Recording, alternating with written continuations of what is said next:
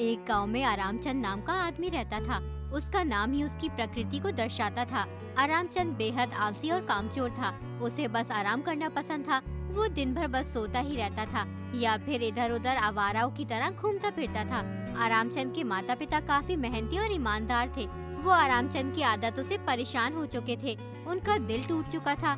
उन्होंने आरामचंद को कई बार समझाया, लेकिन आरामचंद पर इसका कोई असर नहीं हुआ। इसलिए आरामचंद के माँ बाप की आंखों में चिंता और निराशा झलकती थी। एक दिन आरामचंद की माँ अपने पति से बोली, आरामचंद तो हमारी सुनता ही नहीं है। हर वक्त सोता रहता है या इधर उधर आवारा ऊँटों की तरह फिरता रहता है। ऐसे कैसे काम चलेगा? हमें इसकी शादी कर देनी चाहिए। जब इसके ऊपर जिम्मेदारियां आएंगी तो शायद उसकी ये आलसी आदतें बदल सकती हैं। तुम सही कहते हो, हमें ऐसा ही करना चाहिए। कुछ ही दिनों में आरामचंद के माता पिता सुषमा नाम की लड़की से आरामचंद की शादी कर देते हैं। सुषमा बहुत ही सुंदर और मेहनती लड़की थी। सुषमा के घर में आने से आरामचंद के माता पिता को पूरा विश्वास था कि अब आरामचंद का निठल्लापन जरूर दूर हो जाएगा। लेकिन आरामचंद की आदतें बदलने की बजाय वो पहले से भी अधिक आलसी हो गया था। अपने पति की यह हरकत देखकर सुषमा बहुत परेशान हो चुकी थी। वो एक दिन अपने ससुर से बोली, मैंने आज तक आपके सामने मुंह नहीं खोला क्योंकि आप घर के बड़े आदमी हैं, लेकिन अब मैं मजबूर हो गई हूँ। उस आलसी और निठल्ले बेटे की शादी आपने मेरे साथ करवा दी। उसने मेरी जिंदगी बर्बाद कर दी है। कुछ करता धरता नहीं है, सारा दिन घर में पड़ा रहता है। आपको क्या लगा था कि सिर्फ शादी कर देने से वो सुधर जाएगा? उसने मेरी जिंदगी का चैन छीन लिया है। जब से शादी हुई है उसने अपनी जिम्मेदारियां समझने की एक बार भी कोशिश नहीं की। घर में पड़ा रहता है, कुछ काम नहीं करता। अब मैं सोचने पे मजबूर हूँ कि कब तक मैं ये सब सहती रहूँ, कब तक बर्दाश्त करूँ। इस तरह तो घर नहीं चल सकता। घर में कुछ भी नहीं है। मैं सोचती थी कि घर की बात बाहर न जाए, लेकिन अब मैं मजबूर हो चुकी हूँ। कब तक मैं ये सब देखती रहूँ? बेटी तुम चाहती क्या हो? मैं चाहती हूँ कि वो कोई काम करे, अपनी जिम्मेदारी समझे। बेटी वो तुम्हारा पति है, तुम उसे समझाओ कि कुछ काम करे। मैं उन्हें क्या समझाऊं? मैं तो समझा समझा के पागल हो चुकी हूँ। वो मेरी सुनते ही कहाँ है। बस सारा दिन घर में पड़े रहते हैं या पागलों की तरह इधर उधर फिरते रहते हैं। यूं ही कुछ दिन बीत जाते हैं। आरामचंद के माता पिता का देहांत हो जाता है। उनके देहांत के बाद आरामचंद को और भी छूट मिल जाती है, क्योंकि उससे कोई कहने सुनने वाला अब रहा ही नहीं था। अब आरामचंद की पत्नी आरामचंद से बहुत परेशान रहने लगती है। एक दिन आरामचंद चारपाई पर लेटकर आराम कर रहा था। आरामचंद को आराम करता हुआ देख उसकी पत्नी गुस्से से आग बबूला हो जाती है और फिर वो गुस्से में अपने पति से बोलती है, आपको शर्म नहीं आती? यूं निठल्लों की तरह घर में पड़े रहकर? पूरे गांव के मर्द सुबह होते ही अपने अपने काम पर चले जाते हैं। उनकी पत्नियां कितना सुख से रहती हैं। एक मैं हूँ, जब से घर में आई हूँ तब से एक पल के लिए सुख भी नहीं मिला है। ये कैसी बात कर रही हो सुषमा? तुम जानती हो मैं कब से काम की तलाश कर रहा हूँ, लेकिन जहाँ भी जाता हूँ वहाँ छोटे मोटे काम ही मिलते हैं। और छोटे मोटे काम करना देखो मुझे पसंद नहीं है। अरे मैं करूँगा तो कोई बड़ा काम करूँगा। बड़ा काम तुम्हें मिलेगा नहीं और छोटा तुम करोगे नहीं। कुछ दिन की बात है, फिर भूखा मरने की नौबत आ जाएगी।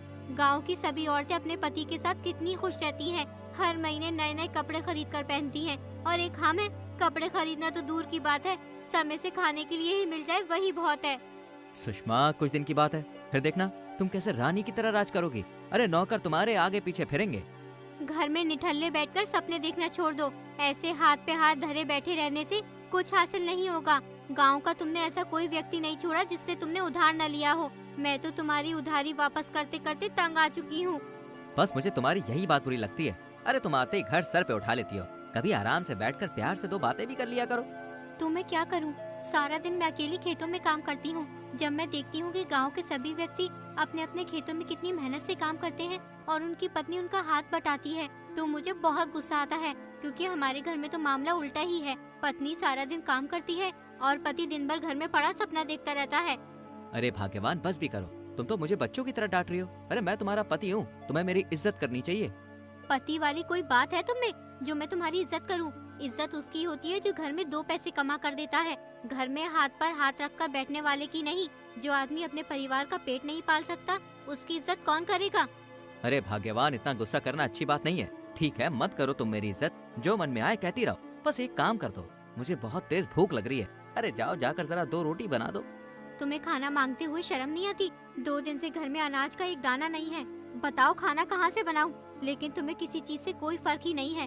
अगर तुम्हारे अंदर जरा भी शर्म बची है तो जाओ जाकर कुछ काम करो ताकि शाम के वक्त हमारे घर में चूल्हा जल जाए। शर्मिली की बात सुनकर आरामचंद घर से बाहर चला जाता है।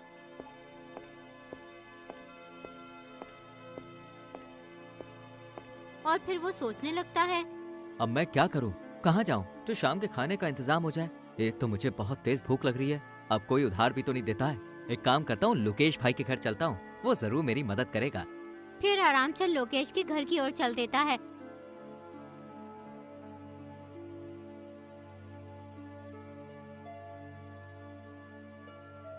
लोकेश के घर पहुंचकर आरामचंद लोकेश से बोला, भाई मैं इस वक्त बहुत परेशानी में हूँ, घर में खाने के लिए एक अनाज का दाना तक नहीं है। अगर तुम मुझे थोड़े बहुत पैसे उधार दे दोगे तो तुम्हारा बड़ा एहसान होगा मुझ पर। मैं तुम्हारे पैसे एक हफ्ते के अंदर लौटा दूंगा। आरामचंद, तू कब तक दूसरों से उधार लेकर अपना गुजारा करता रहेगा भाई? पूरे गांव में ऐसा कोई आदमी नहीं है जिससे तुमने उधार न लिया हो। देखो भाई, इस तरह काम नहीं चलता है। अरे कुछ काम हम किया करो यार। भाई मैं तुमसे ज्ञान लेने नहीं, पैसे लेने आया हूँ। अगर तुम्हारे पास पैसे हैं तो दे दो, वरना देखो कोई बात नहीं है। आरामचंद की ये बात सुनकर लोकेश को गुस्सा आ जाता है। लोकेश गुस्से में आरामचंद से बोलता है, पैसे तो मेरे पास बहुत है, लेकिन मैं तुम्हें दूंगा नहीं, क्योंकि तुम एक नंबर के मक्कार और धोखेबाज इंसान हो।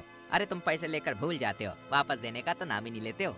लोकेश की ये बात सुनकर आरामचंद चुपचाप उसके घर से बाहर आ गया और अपने घर की ओर चल पड़ा। फिर वो एक पेड़ के नीचे आराम करने के लिए बैठ गया। आरामचंद पेड़ के नीचे बैठा ही था, तभी गांव का मुखिया अपने 2 साथियों के साथ डंडा लिए बड़े गुस्से से उसकी ओर चला आ रहा था। मुखिया को देखकर आरामचंद घबरा जाता है। मुखिया बोलता है, बहुत दिन हो गए आरामचंद मुझे बेवकूफ बनाते बनाते। अरे तूने हमेशा अपनी चालाकी और झूठे वादों से मुझे धोखा दिया है, लेकिन अब यह सिलसिला खत्म होने वाला है। आज मैं तेरी सारी चालाकियों का हिसाब लूंगा। आज मैं तुझसे अपने पैसे वापस लेकर ही रहूंगा। अब तेरे सारे बहाने और चालें बेकार हो जाएंगी। मुखिया जी, मैं इस वक्त बड़ी परेशानी से गुजर रहा हूँ। मेरी स्थिति इतनी खराब हो गई है कि मैं तुम्हें क्या बताऊँ। आपके मुझ पर जितने भी पैसे हैं मैं आपकी पाई पाई चुका दूंगा। मेरा विश्वास कीजिए, बस आप मुझे थोड़ी और मोहलत दे दीजिए। कहाँ से चुका देगा? तू कुछ काम तो करता नहीं है, सिर्फ बातें करता है। हर वक्त अपनी परेशानियों का रोना रोता है, लेकिन कभी कोई काम नहीं करता। अगर तुझे मेरे पैसे देने होते तो तू कब का दे चुका होता। अरे तू धरती पर बोझ है, काम का न काज का, दुश्मन अनाज का। रामचंद समझ गया था कि आज मुखिया उसे छोड़ेगा नहीं। फिर आरामचंद बोला, मुझे एक आखिरी मौका दे दीजिए मुखिया जी। मैं वादा करता हूँ 1 महीने के अंदर मैं आपके सारे पैसे लौटा दूंगा। मेरा विश्वास कीजिए, मैं झूठ नहीं बोल रहा हूँ। ऐसे वादे तुम मुझसे 2500 बार कर चुके हो, लेकिन अब मैं तुम्हारे बहकावे में नहीं आऊंगा। आज या तो मैं अपने पैसे लेकर जाऊंगा या फिर तेरी खूब मरम्मत करके जाऊंगा। फिर मुखिया अपने नौकर से बोला, देखते क्या हो, मारो इसे, और तब तक मारो जब तक इसे इसकी नानी याद ना आ जाए। फिर कभी किसी से उधार लेने की सोचेगा नहीं। मुखिया के आदमी आरामचंद को मारने ही वाले थे कि तभी आरामचंद की पत्नी आ जाती है। वो मुखिया से बोलती है, मुखिया जी इन्हें छोड़ दीजिए, मैं आपके सामने हाथ जोड़ती हूँ, इन्हें मत मारिए। सुषमा, आज तुम्हारी वजह से मैं इसे छोड़ रहा हूँ। अगर इसने इस महीने के अंदर मेरे पैसे नहीं दिए तो मैं इसका वो हाल करूँगा कि ये जिंदगी भर याद रखेगा। इतना कहकर मुखिया अपने घर चला जाता है। फिर सुषमा अपने पति से बोलती है, कब तक मैं तुम्हें पिटने से बचाती रहूंगी? अगर तुमने 1 महीने के अंदर मुखिया जी के पैसे नहीं लौटाए तो वो तुम्हें मार मार कर तुम्हारी हड्डी पसली तोड़ देंगे और फिर मैं भी कुछ नहीं कर पाऊंगी। अब भी वक्त है, कुछ काम कर लो और मुखिया जी के पैसे दे दो। अब घर चलो, मैंने तुम्हारे लिए खाना बना दिया है, चलकर खाना खा लो। इतना कहकर सुषमा भी घर चली जाती है। फिर आरामचंद सोचने लगता है, सुषमा सही कह रही है। अगर मैंने मुखिया के पैसे नहीं लौटाए तो वो पीट पीट कर मेरा तो बुरा हाल कर देगा। मैं उसके नौकरों से पिटना नहीं चाहता हूँ। मुझे कैसे भी करके मुखिया के पैसे देने ही होंगे, लेकिन मैं मुखिया के पैसे कहाँ से दूँ? हाँ, एक काम करता हूँ, हमारे पास 2 बैल है, एक बैल मुखिया जी को दे देता हूँ। इस तरह मुखिया जी से मेरा पीछा छूट जाएगा। फिर आरामचंद मुखिया जी के घर जाता है और मुखिया जी से कहता है, मुखिया जी मैं आपके पैसे नहीं दे सकता क्योंकि मेरे पास कोई पैसे वैसे नहीं है, लेकिन मेरे पास 2 बैल है। मैं आपको 1 बैल दे देता हूँ। जब मेरे पास पैसे होंगे तब मैं आपको पैसे देकर अपना बैल वापस ले लूंगा। अब तूने काम की बात कही है आरामचंद, जाकर अपना 1 बैल मेरे पास ले आ। मुखिया जी मैं बैल नहीं ला सकता, आप अपने किसी आदमी को मेरे साथ भेज दो, वो बैल ले आएगा। फिर मुखिया आरामचंद के साथ अपने एक आदमी को भेज देता है। आरामचंद अपना एक बैल मुखिया के आदमी को दे देता है। मुखिया का आदमी बैल लेकर मुखिया के घर चला जाता है। उसके बाद आरामचंद अपनी पत्नी सुषमा के पास जाता है और सुषमा से कहता है, सुषमा, आज मैंने मुखिया जी का सारा कर्ज दे दिया है, अब वो कभी भी पैसे लेने नहीं आएगा। लेकिन तुम्हारे पास तो पैसे नहीं थे, फिर तुमने मुखिया जी के पैसे कहाँ से दिए हैं? सुषमा, मैंने अपना एक बैल मुखिया जी को दे दिया है उसके कर्ज के बदले। मैं तो मुखिया को बहुत ही अक्लमंद समझता था, लेकिन वो तो बहुत ही बड़ा बेवकूफ निकला। अरे मुखिया एक बैल का क्या करेगा? देखा सुषमा, तुमने अपने पति का दिमाग। बेवकूफ मुखिया जी नहीं आप हो। एक बैल के बगैर तुम खेत कैसे जोतोगे? अब एक बैल हमारे किस काम का है? हे ईश्वर, मेरी तो किस्मत ही फूट गई है। ऐसा निकम्मा और मूर्ख पति मुझे मिला है। अब मैं क्या करूं? मेरी तो समझ में ही नहीं आ रहा है। सुषमा, मुझसे बहुत बड़ी भूल हो गई। ये तो मैंने सोचा ही नहीं था कि एक बैल के बगैर हम खेत कैसे जोतेंगे। अब मैं क्या करूं? मुझे कुछ नहीं पता, मुझे मेरा बैल वापस चाहिए। किसी भी तरह मुखिया जी से बैल वापस लेकर आओ, अभी इसी वक्त। फिर आरामचंद अपने घर के बाहर चला जाता है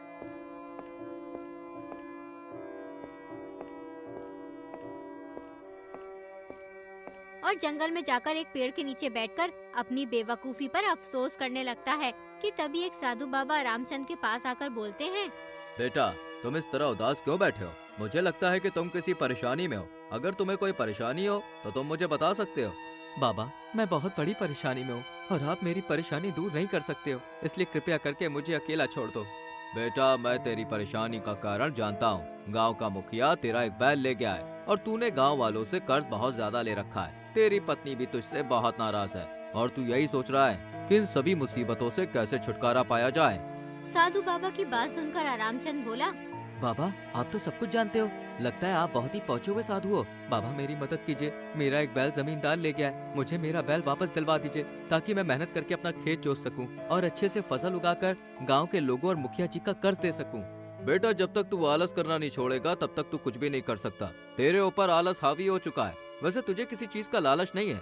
अगर तू चाहता तो मुझसे धन दौलत और सोना चांदी भी मांग सकता था। इसका मतलब तेरा दिल अंदर से बिल्कुल साफ है। बाबा, कृपया मेरी मदद कीजिए। कैसे भी करके मुखिया जी से मेरा बैल मुझे वापस दिलवा दीजिए। जो चला गया उसका अफसोस करने से कोई फायदा नहीं। मैं तुझे मुखिया से तेरा बैल तो नहीं दिलवा सकता हूँ, लेकिन मैं तेरे शरीर के अंदर एक बैल के बराबर ताकत भर सकता हूँ, जिससे तू अकेले अपना खेत जोत सकता है। साधु बाबा की बात सुनकर आरामचंद गहरी सोच में डूब गया और फिर बोला, साधु महाराज, मैं चाहता हूँ कि तुम मेरे अंदर इतनी ताकत भर दो जिससे मैं अपना खेत खुद जोत सकूं। ठीक है, अगर तुम चाहते हो कि मैं तुम्हारे अंदर एक बैल के बराबर ताकत भर दूं, तो तैयार हो जाओ ताकत पाने के लिए। फिर साधु बाबा ने आरामचंद के सर पर अपना हाथ रखा और बोले, अब तेरे अंदर एक बैल के जितनी ताकत आ गई है। तू एक बैल के बराबर शक्तिशाली हो गया है। अब तू अपने खेतों के सभी काम खुद कर सकता है। उसके बाद आरामचंद अपनी पत्नी के पास गया और उसे सारी बात बताई, लेकिन सुषमा ने अपने पति की बात पर यकीन नहीं किया। क्या तुम सच कह रहे हो? तुम झूठ तो नहीं बोल रहे, या फिर तुमने कोई सपना देखा है? अरे सुषमा, मैं भला झूठ क्यों बोलूंगा? मैं सच बोल रहा हूँ, मेरी बात का यकीन करो। अब मेरे अंदर एक बैल के बराबर ताकत आ गई है। अगर ऐसी बात है तो फिर हमारे एक बैल के जोड़ीदार तुम बनोगे। देखती हूँ कितनी शक्ति डाली है उस साधु ने तुम्हारे अंदर। अगले दिन आरामचंद एक बैल के साथ अपने खेत जोतने लगा। आरामचंद को अपने अंदर बेहद ताकत महसूस हो रही थी। आरामचंद के अंदर इतनी ताकत देखकर सुषमा की आंखें फटी की फटी रह गईं। कुछ ही दिनों में सारे गांव में ये चर्चा फैल गई कि आरामचंद के अंदर एक बैल के बराबर ताकत आ गई है। ये खबर किसी तरह मुखिया जी के कानों तक पहुंच गई। मुखिया जी अपने साथियों से बोले, मैंने सुना है कि आरामचंद के अंदर एक बैल के बराबर ताकत आ गई है। क्या ये सच है? जी मुखिया जी, ये बात बिल्कुल सही है। मैंने खुद अपनी आंखों से देखा है। आरामचंद एक बैल की जगह स्वयं काम कर रहा था। ये देखकर तो मेरी आंखें फटी की फटी रह गई थी। ये कैसे हो गया अचानक? उसके अंदर एक बैल के बराबर ताकत कहां से आ गई? अब तो वो आरामचंद अपने खेतों को जोतकर बहुत ही जल्दी फसल उगा लेगा और फिर मेरे पैसे लौटाकर अपना बैल वापस ले जाएगा। जबकि मैं तो सोच रहा था कि कुछ ही दिनों बाद उसका दूसरा बैल भी छीन लाऊंगा। मैंने सोचा क्या था और ये क्या हो गया। उस बदबख्त ने मेरा सारा मंसूबा खराब कर दिया। मुखिया जी, अब आप क्या करेंगे? कुछ नहीं करूंगा। तुम सब आरामचंद के घर जाओ और उसकी खूब धुलाई करो। मार मार कर बुरा हाल कर देना। मुखिया के किसी भी साथी की आरामचंद के घर जाकर उसे पीटने की हिम्मत नहीं हुई। मुखिया जी, आरामचंद के अंदर एक बैल के बराबर ताकत है। हम भला उसका मुकाबला कैसे कर सकते हैं? हम उसका एक थप्पड़ भी बर्दाश्त नहीं कर सकते हैं। मुखिया जी, मेरा मानना तो ये है कि आपको आरामचंद को पीटने का सपना छोड़ देना चाहिए। इसी में हमारी और तुम्हारी भलाई है। अपने साथियों की बात सुनकर मुखिया कुछ न बोल सका। सच तो ये था कि मुखिया भी आरामचंद से बहुत घबराया हुआ था, इसलिए मुखिया ने चुप रहना ही सही समझा। यूं ही कुछ दिन बीत गए। फिर एक दिन आरामचंद अपनी फसल अच्छे दामों में बेचकर मुखिया के घर उसके पैसे लौटाने गया। मुखिया जी, ईश्वर की कृपा से मेरी मेहनत और लगन की वजह से मेरी फसल बहुत अच्छी हुई थी। मैं अभी उसे बेच कर आ रहा हूँ। ये लीजिए आप अपने पैसे। अब कृपा करके मेरा बैल मुझे दे दीजिए। मुखिया ने बगैर कुछ कहे चुपचाप अपने पैसे लेकर आरामचंद को बैल वापस दे दिया। आरामचंद अपना बैल लेकर अपने घर चला गया। बैल देखकर सुषमा बहुत खुश होती है। अब आरामचंद मेहनत करने लगा था, इसलिए उसने सभी गांव वालों का कर्ज दे दिया। अब आरामचंद के घर में खुशहाली आ गई थी, लेकिन आरामचंद दिन रात खेतों में काम करता रहता था, इसलिए सुषमा अपने पति के दिन रात काम करने से परेशान आ चुकी थी। एक दिन सुषमा आरामचंद से बोली, तुम्हें क्या हो गया है? पहले तो तुम कुछ करते नहीं थे, इसलिए मैं हमेशा तुमसे परेशान रहती थी।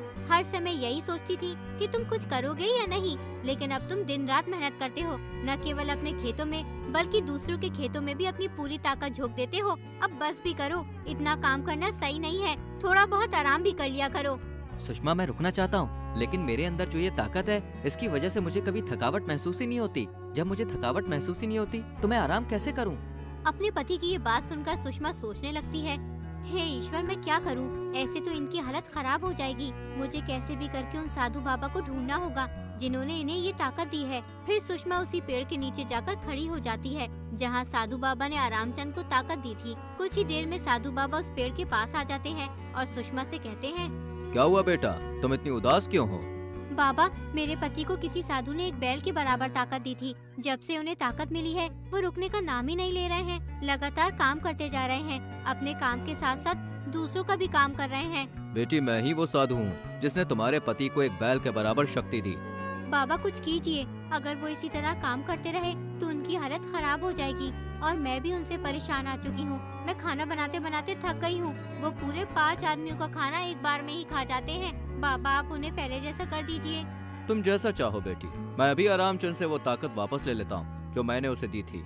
फिर साधु बाबा ने आरामचंद से उसकी ताकत वापस ले ली और सुषमा के पास से चले गए।